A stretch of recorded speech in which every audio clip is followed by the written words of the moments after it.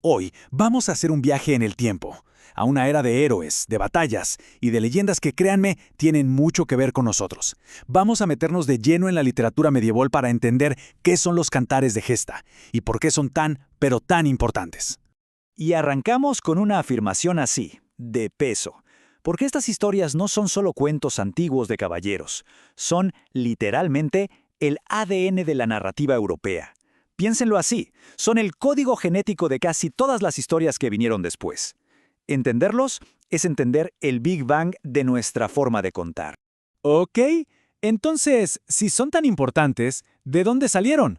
Bueno, para entenderlos, tenemos que ir al origen de todo, a un momento de caos y transformación, cuando un imperio se caía a pedazos y de sus cenizas empezaban a nacer nuevas lenguas y nuevas voces. Imagínense el escenario. Cae el Imperio Romano, y el latín, que era la lengua oficial de todo, empieza a cambiar. En cada región se transforma en algo nuevo, en lo que llamamos lenguas vulgares, o sea, las lenguas del pueblo, que son las abuelitas del español, del francés, del italiano, y mientras el latín se quedaba en los monasterios y las cortes, en la calle, en las plazas, nacía otra cosa, una literatura para ser escuchada por todos. Y este cambio fue de verdad una auténtica revolución. La literatura, que hasta entonces era algo para una élite muy pequeña, de repente, ¡pum!, sale a la calle. Ya no era algo para leer en silencio en una biblioteca, para nada. Era un arte para ser escuchado, para ser vivido en comunidad, al aire libre. A ver, ¿cómo era esta nueva literatura? Pues primero que nada era oral. Los encargados de difundirla eran los juglares, unos artistas ambulantes que iban de pueblo en pueblo. Eran los influencers de la época. Segundo, se contaba en el idioma de la gente, no en un latín que ya casi nadie entendía. ¿Y quién le escribía? Pues nadie y todos. Eran obras anónimas colectivas, que el pueblo sentía como suyas. Y su propósito era triple: informar como si fueran un noticiero, entretener por supuesto y muy importante, enseñar los valores de la época. Y dentro de todo este movimiento hubo un género que brilló más que ningún otro, que se convirtió en la estrella del momento, el plato fuerte de la Edad Media. Los épicos cantares de gesta. La clave está en el nombre, ¿no? Cantares, porque se cantaban o se recitaban con música. Y gesta, de latín, que significa hazañas. Así de simple. Eran poemas larguísimos, como una serie de varias temporadas, que contaban las aventuras de un héroe, un personaje que era la encarnación de todo lo que esa comunidad admiraba: el valor, la lealtad, el honor.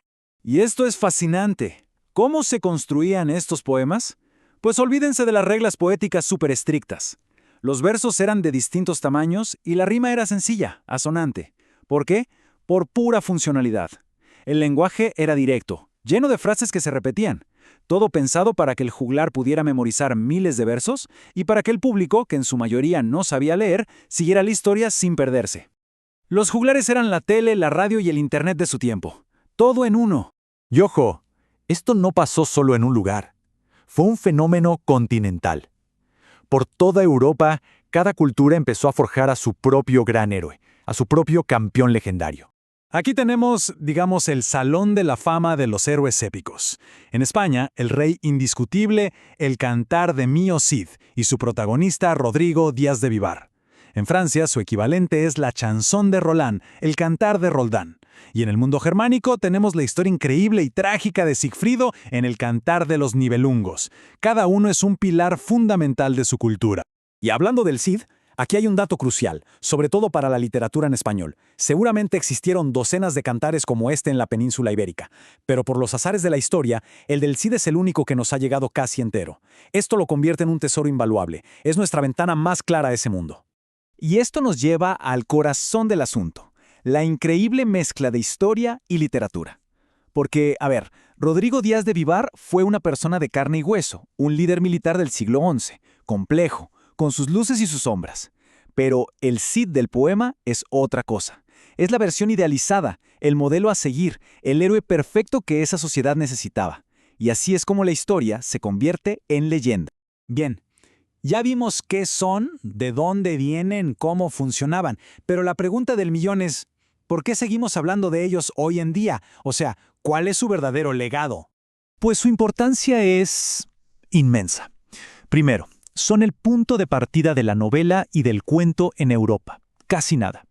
Segundo, Crearon el molde del héroe que seguimos viendo hoy en el cine y los libros.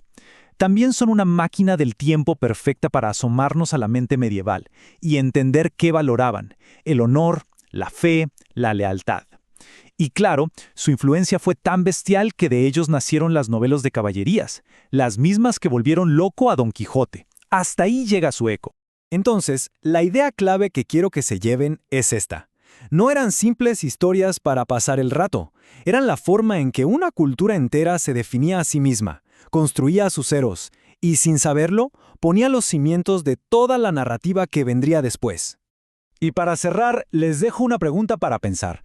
Cuando una historia toma a una persona real y la convierte en una leyenda, ¿está perdiendo la verdad histórica o en realidad está alcanzando una verdad más profunda sobre los anhelos y los valores de toda una época? Una pregunta que la verdad sigue tan vigente hoy como hace 1000 años.